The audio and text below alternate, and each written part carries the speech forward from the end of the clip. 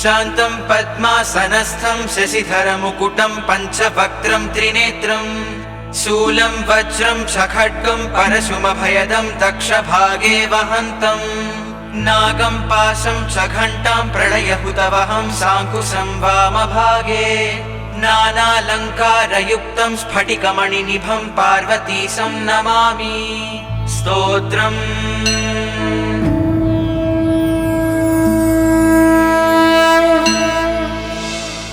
ॐ स्थिरस्थाणुः प्रभुर्भीमः प्रवरो वरदो वरः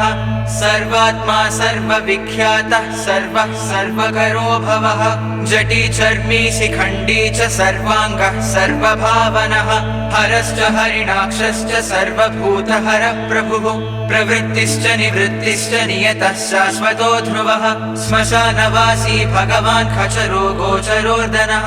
अभिवाद्यो महाकर्मा तपस्वी भूतभावनः उन्मत्तवेष प्रच्छन्नः सर्वलोक प्रजापतिः महारूपो महाकायो वृषरूपो महायशाः महात्मा सर्वभूतात्मा विश्वरूपो महाहनुः लोकपालोऽन्तर्हितात्मा प्रसादो हयगर्दभिः पवित्रं च महांश्चैव नियमो नियमाश्रितः सर्वकर्मा स्वयंभूत आदिरादिकरो निधिः सहस्राक्षो विशालाक्षः सोमो नक्षत्रसाधकः चन्द्रः सूर्यः शनिः केतुर्गहो ग्रहपतिर्वरः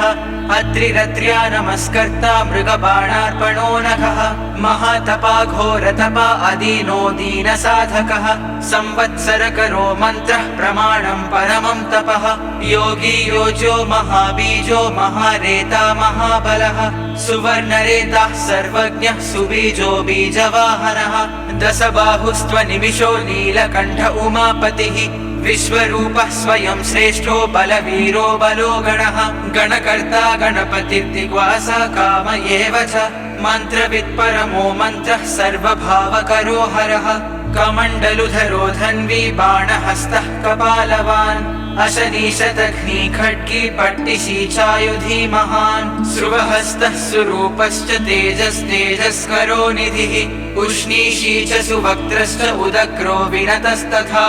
दीर्घश्च हरिकेशश्च सुतीर्थः कृष्ण एव च शृगालरूपः सिद्धार्थो मुण्डः सर्वशुभङ्करः अजश्च बहुरूपश्च गन्धधारी कपर्द्यपि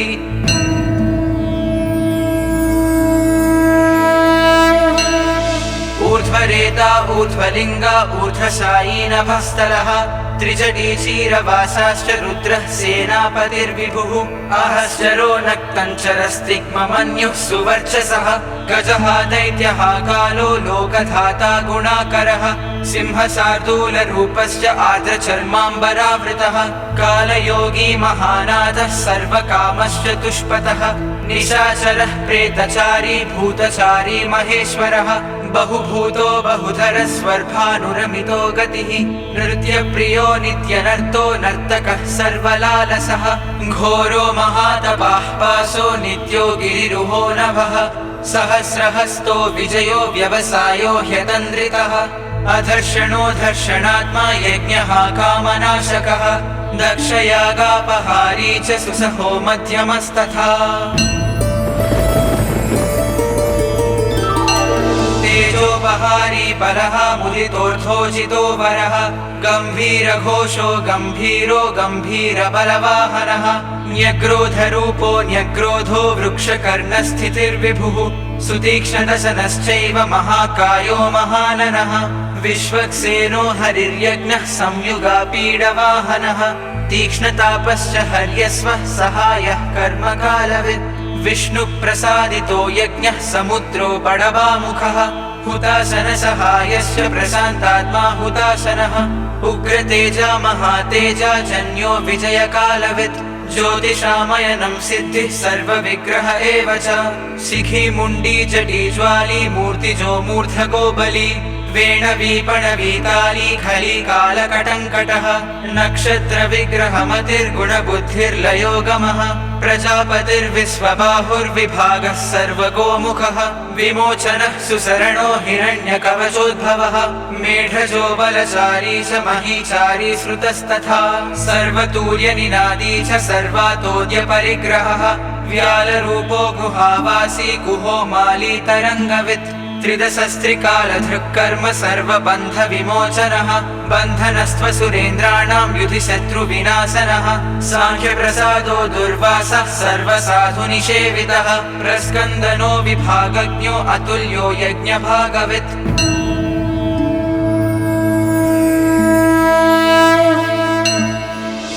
सर्ववासः सर्वचारी दुर्वासा वासवो मरः हैमो हेमकरो यज्ञः सर्वधारी धरोत्तमः लोहिताक्षो महाक्षश्च विजयाक्षो विशारदः संग्रहो निग्रहः कर्ता सर्पचीरनिवासनः मुख्यो मुख्यश्च देहश्च काहलिः सर्वकामदः सर्वकालप्रसादश्च सुबलो बलरूपधृत् सर्वकामवरश्चैव सर्वतः सर्वतोमुखः आकाशनिर्विरूपश्च निपाती ह्यवसः खगः रौद्ररूपोऽंशुरादित्यो बहुरश्मि सुवर्चसी वसुवेगो महावेगो मनोवेगो निशाचरः सर्ववासी श्रियावासी उपदेशकरोङ्करः मुनिरात्मनिरालोकः संभग्नश्च सहस्रदः पक्षी च पक्षरूपश्च अतिदीप्तो विशाम्पतिः उन्मादो मदनः कामो ह्यश्वस्तोऽर्थकरो यशः वामदेवश्च वामश्च प्राग्दक्षिणश्च वामनः सिद्धयोगी महर्षिश्च सिद्धार्थः सिद्धसाधकः भिक्षश्च भिक्षुरूपश्च विपणो मृदुरव्ययः महासेनो विशाखश्च षष्टिभागो गवाम्पतिः वज्रहस्तश्च विष्कम्भी च मुस्तम्भन एव च वृत्तावृत्तकरस्तालो मधुर्मधुकलोचनः वाचस्पत्यो वाजसनो नित्यमाश्रमपूजितः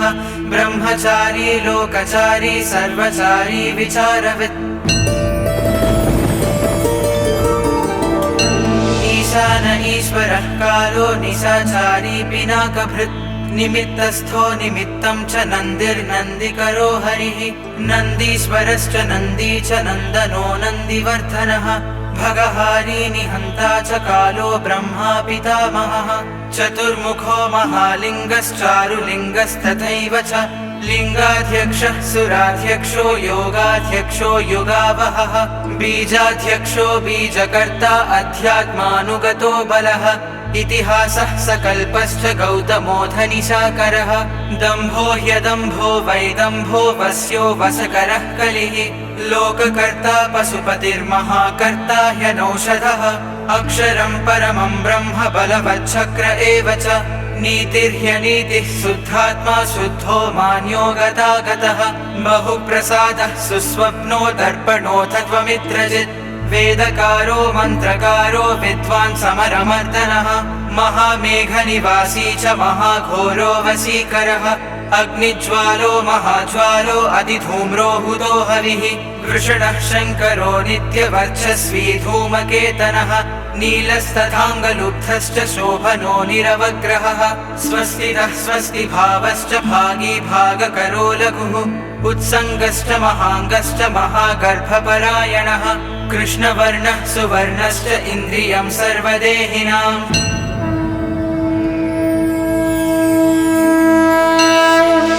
महापादो महाहस्तो महाकायो महायशाः महामूर्धा महामात्रो महानेत्रो निशालयः महान्तको महाकर्णो महोष्टश्च महाहनुः महानासो महाकम्बुर्महाग्रीवः श्मशानभाग् महावक्षा महोरस्को ह्यन्तरात्मा मृगालयः लम्बनो लम्बितोष्ठश्च महामायः पयोनिधिः महादन्तो महादंष्ट्रो महाजिह्वो महामुखः महानखो महारोमा महाकेशो महाजटः प्रसन्नश्च प्रसादश्च प्रत्ययो गिरिसाधनः स्नेहनो स्नेहनश्चैव अजितश्च महामुनिः वृक्षाकारो वृक्षकेतुरनलो वायुवाहनः गण्डली मेरुधामा च देवाधिपतिरेव च अथर्वशीर्षः सामास्य ऋक्सहस्रामिते क्षणः यजुःपादभुजो गुह्यः प्रकाशो जङ्गमस्तथा अमोघार्थः प्रसादश्च अभिगम्यः सुदर्शनः उपकारः प्रियः सर्वः कनकः काञ्चनच्छविः नाभिर्नन्दिकरो भावः पुष्करस्थपति स्थिरः द्वादशस्त्रासनश्चाद्यो यज्ञो यज्ञसमाहितः नक्तं कलिश्च कालश्च मकरः कालपूजितः सगणो गणकारश्च भूतवाहनसारथिः भस्मसयो भस्मगोप्ता भस्मभूतस्तरुर्गणः लोकपालस्तथा लोको महात्मा सर्वपूजितः शुक्लस्त्रिशुक्लः सम्पन्नः शुचिर्भूतनिषेवितः आश्रमस्थः क्रियावस्थो विश्वकर्ममतिर्वरः विशालशाखस्ताम्रोष्ठो ह्यम्बुजालः सुनिश्चरः कपिलः कपिशः शुक्ल आयुश्चैव परोपरः गन्धर्वो ह्यदितिस्ताक्षः सुविज्ञेयः सुशारदः परस्वधायुधो देवो ह्यनुकारी सुबान्धवः तुम्बवीणो महाक्रोध ऊर्ध्वरेता जलेशयः उग्रो वंशकरो वंशो वंशनादो ह्यनिन्दितः सर्वाङ्गरूपो मायावी सुहृदो ह्यनिलो नलः बन्धनो बन्धकर्ता च सुबन्धन विमोचनः स यज्ञारिः स कामारिर्महादंष्ट्रो महायुधः बहुधा निन्दितः सर्वः शङ्करः शङ्करोधनः अमरेशो महादेवो विश्वदेवः सुरारिः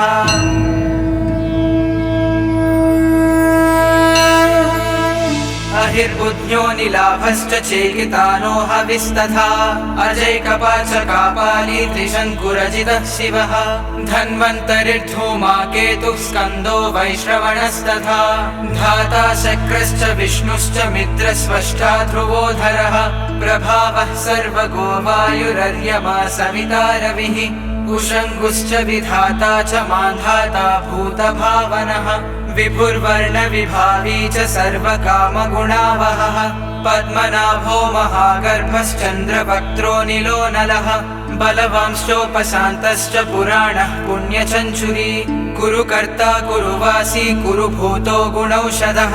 सर्वाशयोदर्भचारी सर्वेषां प्राणिनां पतिः देवदेवः सुखासक्तः सरसत्सर्वरत्नवित् कैलासगिरिवासी च हिमवद्गिरिसंश्रयः कूलहारी कूलकर्ता बहुविद्यो बहुप्रदः वणिजो वर्धके वृक्षो वकुलश्चन्दनश्चदः सारग्रीवो महाजत्रुरलोलश्च महौषधः सिद्धार्थकारी सिद्धार्थश्चन्दो व्याकरणोत्तरः सिंहनादः सिंहदंष्ट्रः सिंहगः सिंहवाहनः प्रभावात्मा जगत्कालस्थालो लोकहितस्तरुः सारङ्गो नवचक्राङ्गः केतुमाली सभावनः भूतालयो भूतपतिरहोरात्रमनिन्दितः वाहिता सर्वभूतानां निलयश्च विभुर्भवः अमोघः संयुतो ह्यस्वो भोजनः प्राणधारणः धृतिमान् मतिमान् दक्षः सत्कृतश्च युगाधिपः गोपालिर्गोपतिर्ग्रामो गोचर्मवसनो हरिः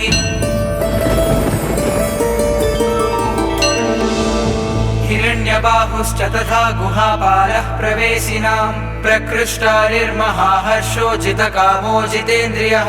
गान्धारश्च सुवासश्च तपः सक्तो रतिर्नरः महागीतो महानृत्यो ह्यप्सरो गणसेवितः महाकेतुर्महाधातुर्नैकसानुचरश्चलः आवेदनीय आदेशः सर्वगन्धसुखावहः तोरणस्तारणो वातः परिधिपतिखेचरः संयोगो वर्धनो वृद्धो अतिवृद्धो गुणाधिकः नित्य आत्मसहायश्च देवासुरपतिः पतिः युक्तश्च युक्तबाहुश्च देवो दिवि सुपर्वणः आषाढश्च सुषाढश्च ध्रुवोऽथ हरिणो हरः वपुरावर्तमानेभ्यो वसुश्रेष्ठो महापथः शिरोहारी विमर्शश्च सर्वलक्षणलक्षितः अक्षश्च रथयोगी च सर्वयोगी महाबलः समान्मायो समान्मायस्तीर्थदेवो महारथः निर्जीवो जीवनो मन्त्रः सुभाक्षो बहुकर्कशः रत्नप्रभूतो रत्काङ्गो महार्णवनिपानवित् मूलं विशालो ह्यमृतो व्यक्ताव्यक्तस्तपोनिधिः आरोहणोऽधिरोहश्च शिलाधारी महाशयाः सेनाकल्पो महाकल्पो योगो युगकरो हरिः युगरूपो महारूपो महानागहनो वदः न्यायनिर्वपणः पादः पण्डितो ह्यचलोपमः बहुमालो महामालः शशिहरसुलोचनः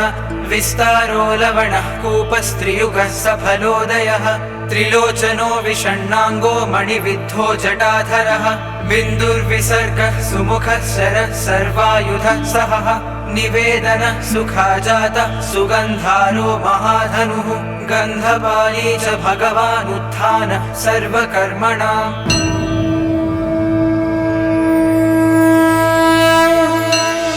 मन्थानो बहुलो वायुः सकलः सर्वलोचनः तलस्तालः करस्थाली ऊर्ध्वसंहननो महान् छत्रं सुच्छत्रो विख्यातो लोकः सर्वाश्रयः क्रमः मुण्डो विरूपो विकृतो दण्डी कुण्डी विकुर्वणः हर्यक्षः ककुभो वज्री शतजिह्वः सहस्रपात् सहस्रमूर्धा देवेन्द्रः सर्वदेवमयो गुरुः सहस्रबाहुः सर्वाङ्गः शरण्यः सर्वलोककृत् पवित्रं त्रिककुन्मन्त्रः कनिष्ठः कृष्णपिङ्गळः ब्रह्मदण्डविनिर्माता शतघ्नीपाशशक्तिमान् पद्मगर्भो महागर्भो ब्रह्मगर्भो जलोद्भवः गभस्तिर्ब्रह्मकृत् ब्रह्मी ब्रह्मविद्ब्राह्मणो गतिः अनन्तरूपो नैकात्मा तिग्मतेजः स्वयंभुवः